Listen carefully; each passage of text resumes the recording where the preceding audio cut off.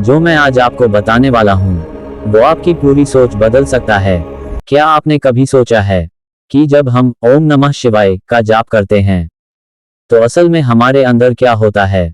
क्या ये सिर्फ एक मंत्र है या फिर इसके पीछे कोई ऐसी शक्ति है जो धीरे धीरे आपकी जिंदगी को पूरी तरह बदल देती है?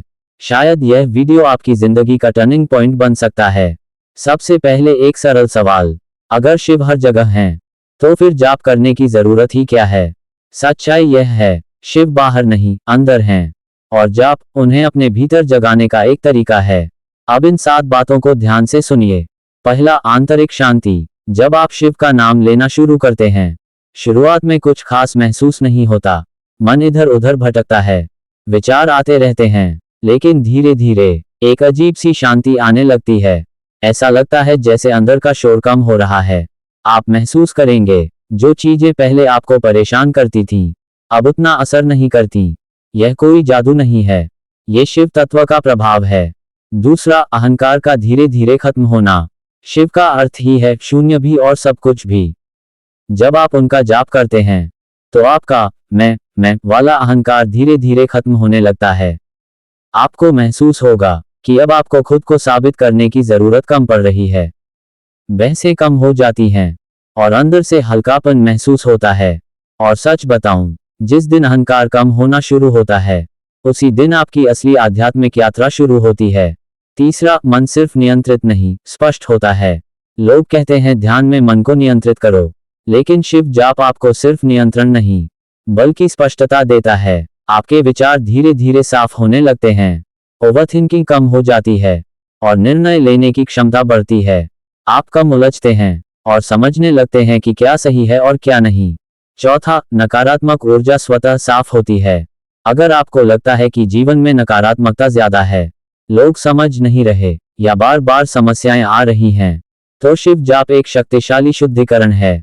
यह आपके अंदर की नकारात्मकता को बाहर निकालता है और आपको अंदर से मजबूत बनाता है।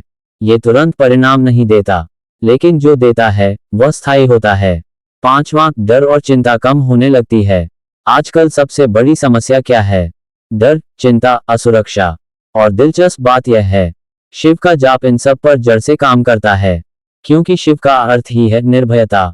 जब आप रोज जाप करते हैं तो धीरे धीरे आपके डर खत्म होने लगते हैं। आप खुद को मजबूत महसूस करते हैं, अंदर से स्थिर महसूस करते हैं। छठा, जागरूकता, अवेयरनेस का जागना। अब सबसे महत्वपूर्ण बात, शिव जाप का सबसे बड़ा प्रभाव है जागरूकता का जागना। आप धीरे धीरे अपने विचारों को, अपनी भावनाओं को, अपने व्यवहार को देखना शुरू कर देते हैं।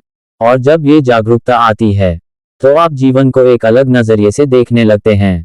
आप प्रतिक्रिया नहीं देते, आप सजग होकर उत्तर देते हैं। और यही अंतर है एक सामान्य व्यक्ति और एक जागृत व्यक्ति में। सातवां, अपने भीतर के शिव से मिलना। सबसे अंतिम और सबसे गहरी बात, शिव जाप का अंतिम उद्देश्य क्या है? न पैसा, न सफलता, न सिर्फ शांति, बल्कि अपने असली स्वरूप से मिलना। आप धीरे धीरे समझने लगते हैं कि आप सिर्फ शरीर नहीं हैं, सिर्फ मन नहीं हैं, आप कुछ और हैं, कुछ ज्यादा शक्तिशाली, कुछ ज्यादा गहरे, और उसी अवस्था को कहते हैं शिव तत्व। तो अगली बार जब आप ओम नमः शिवाय कहें, उसे सिर्फ एक मंत्र मत समझिए। सोचिए कि आप अपने भीतर के शिव को बुला रहे हैं, और एक दिन ऐसा आएगा जब आपको जाप करने की जरूरत नहीं पड़ेगी। आप स्वयं ही शिव बन जाएंगे। ओम नमः शिवाय।